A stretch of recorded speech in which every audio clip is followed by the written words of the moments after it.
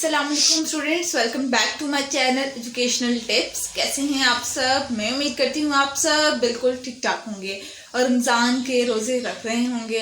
मुझे comment box में ज़रूर बता दीजिएगा कि आप लोगों ने अब तक, आज 7वां रोज़ा है और अब आप लोगों ने मुझे ज़रूर बता देना है कि आपने अब तक कितने रोज़े रख लिए हैं। अल्हम्दुलिल्लाह मैं तो सारे रख रही हूँ क्योंकि फ़र्ज़ है हम पर। और आज ही मैं आपके साथ अपना ब्लॉग शेयर करूँगी इफ्तारी का, कि हमारे घर इफ्तारी की प्रिपरेशन कैसे की जाती हैं और कैसे इफ्तारी बनाई जाती है। तो देखिए, सबसे पहले यहाँ पे पहले तो मेरी आपी सारा काम कर रही थी, क्योंकि हम 3 लेडीज हैं, इनके मैं, मेरी आपी और फिर मेरी मामा। तो इफ्तारी मिलजुल के बना लेते हैं ताकि कोई भी थके ना, क्योंकि सबका ही रोज़ा होता है। तो ये देखिए, ये हम लोगों ने दही भल्ले का सामान तैयार किया हुआ है। हम थोड़े से मुख्तलिफ अंदाज में दही भल्ले बनाते हैं। हम सिर्फ दही और फुल्कियाँ नहीं डाल देते और आलू नहीं डालते, बल्कि हम लोग खीरे भी डालते हैं, हम चने भी डालते हैं, हम टमाटर भी डालते हैं और हम प्याज भी डालते हैं, और भी कभी कभार लोबिया भी डाल लेते हैं जब दिल चाह रहा होता है। ठीक है।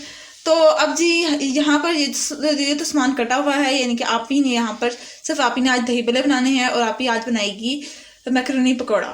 ठीक है। और मेरी रिस्पॉन्सिबिलिटी ये है कि मैंने आज मैक्रोनीज बनाने हैं। तो मैं आपके साथ वो भी रेसिपी शेयर करूंगी कि मैं कैसे मैक्रोनीज बनाए। देखिए मेरे अंदर क्या क्या सलाहियतें मौजूद हैं। मैं आप लोगों को पढ़ाती भी हूँ और मुझे देखिए कुकिंग भी आती है। और आप ही इतना मैं नमाज पढ़ के आऊँगी, इतना आप ही दही भल्ले तैयार कर लेगी। उसके बाद फिर इतने कुछ किचन साफ हो जाता है, क्योंकि ज़्यादा फिर 3-4 लोग इकट्ठे हो जाए ना किचन में, तो फिर किचन में थोड़ा सा मैसी सा होता है, इंसान तंग होना शुरू हो जाता है आपस में ना। तो फिर मैं वो बनाना मैक्रोनी बनाना शुरू कर दूंगी और आप ही साथ साथ मैक्रोनी पकौड़ा बनाना शुरू कर देगी। तो चलिए, सबसे पहले मैं नमाज पढ़ लेती हूँ और फिर मैं आपसे मिलती हूँ।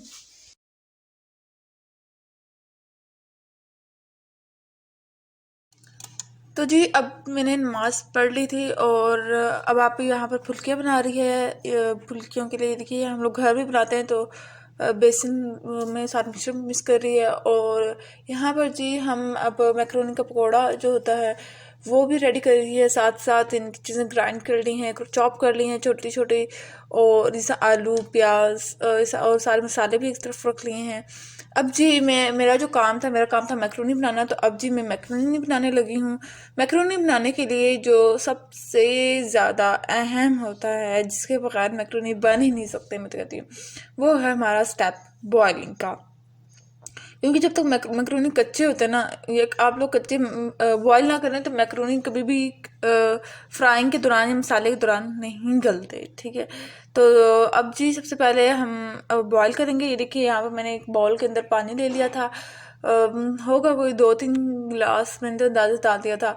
इसमें कोई ज़्यादा ज़रूरी नहीं होता कि ज़्यादा पानी हो सकता है, कोई उससे कोई ड्रॉबैक नहीं होता। कम पानी से कुछ हो जाए, मैक्रोनी से ज़्यादा से बॉयल नहीं होते। तो अब जी मैं सबसे पहले मैक्रोनी डाल दूँगी। मैक्रोनी की जो पैक होता है, इसके साथ मसाला भी मिलता है। ठीक है। तो मैं ये सब मसाला ट्राई करूँगी कि सब मसाला डाल के। तो ये देखिए, मैं सबसे पहले मैक्रोनी बॉयल करने लगी हूँ और मैं डाल दूँगी इस पानी के अंदर, सारे डाल दूँगी ना। ठीक है।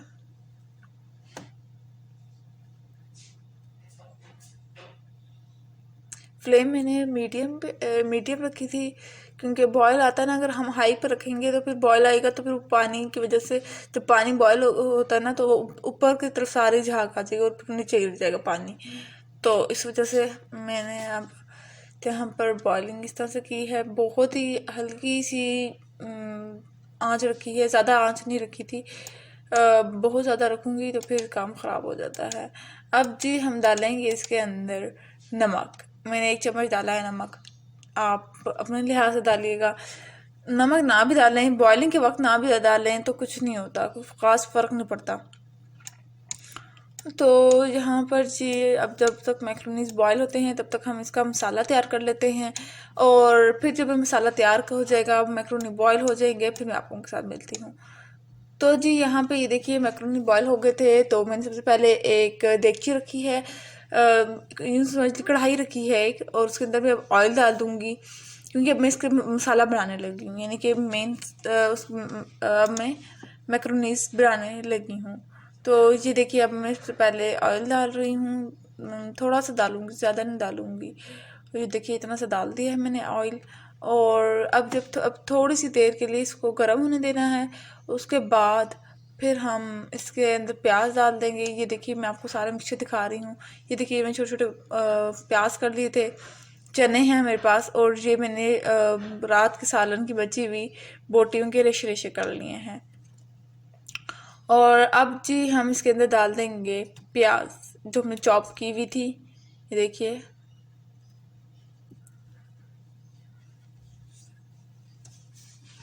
सारी सारी डाल दूंगी, और ध्यान से डालूंगी कोई और चीज़ ना डल जाए इसके अंदर साथ साथ ना, चने या बोटी में से। और अब इसको अच्छी तरह से मिक्स कर देंगे ताकि ये ब्राउन हो जाए। तो ये देखिए ये सारा मैंने सामान डाल दिया था, और ये उस टाइम की भुनाई कर रही थी अभी मैं, समझ लीजिए। और मैंने यहाँ पर मसाला भी डाल दिया था, ये वाला जो मैक्रोनी का मसाला मिलता है, ठीक है जी। और इसको अच्छी तरह से अब मिक्स कर लूँगी, तो कहीं यूँ ना हो कि इसके मसाले की ना गुठलियाँ रह जाएं। और यहाँ पर जी हमारे टेस्टी से लजीजदार से मैक्रोनी तैयार हो गए हैं, यानी कि मैंने अपना काम मुकम्मल किया। बहुत अच्छी स्मेल है इसकी, बहुत अच्छी खुशबू आ रही है। लेकिन क्या करें, रोज़ा है, अफ्तारी के बाद तो फिर अपना ही बीमार होगा फिर तो ये। तो ये देखिए ये पूरा एक ढोंगा भर गया था इसका। और अब जी हम बर्तन लगा रहे हैं, और यहाँ पे मम्मा और मेरा भाई फ्रूट चाट बना रहे थे। और यहाँ पर अब जाके हम लोग सारा कुछ बन गया, दही भल्ले भी बन गए, पकोड़े भी बन गए, फ्रूट चाट भी बनने वाला था, और मैक्रोनी भी बन गए। तो अब हम लोगों के लिए अफ्तारी भेजने जा रहे हैं, तो उनके लिए सामान डाल रहे थे। और यहाँ पे ये देखिए ये अफ्तारी देने जा रही हैं अपी, साथ वालों के घर, हमारे जो नेबर्स हैं उनके घर अफ्तारी देने जा रही है।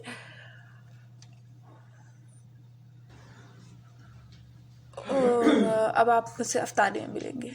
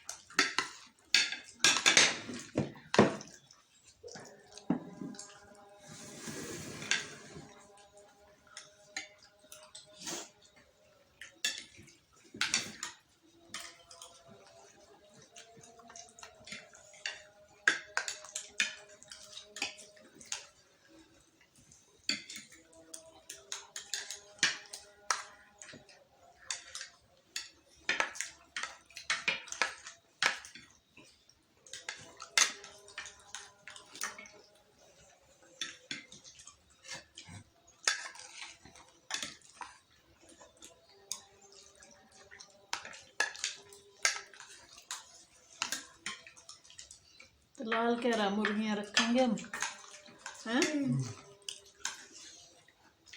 आंटी जी हमारे पास स्टेटमेंट देके गई है, मैं तो नहीं रखने दूंगी। बंद रखती हूँ आंटी की स्टेटमेंट देगी, मैं तो नहीं रखने दूंगी। ऑलरेडी डॉगी रखा हुआ है।